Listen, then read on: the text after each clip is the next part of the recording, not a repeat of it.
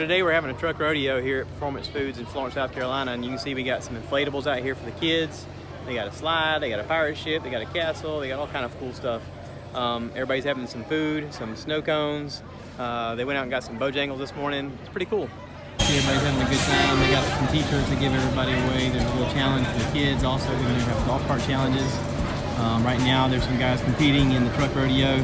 They're out here, driving around through an obstacle course. They got some things they have to do in the process. Pretty cool setup though. You can see here, that's the little slide. They put a water hose over there so everybody can get wet and cool off.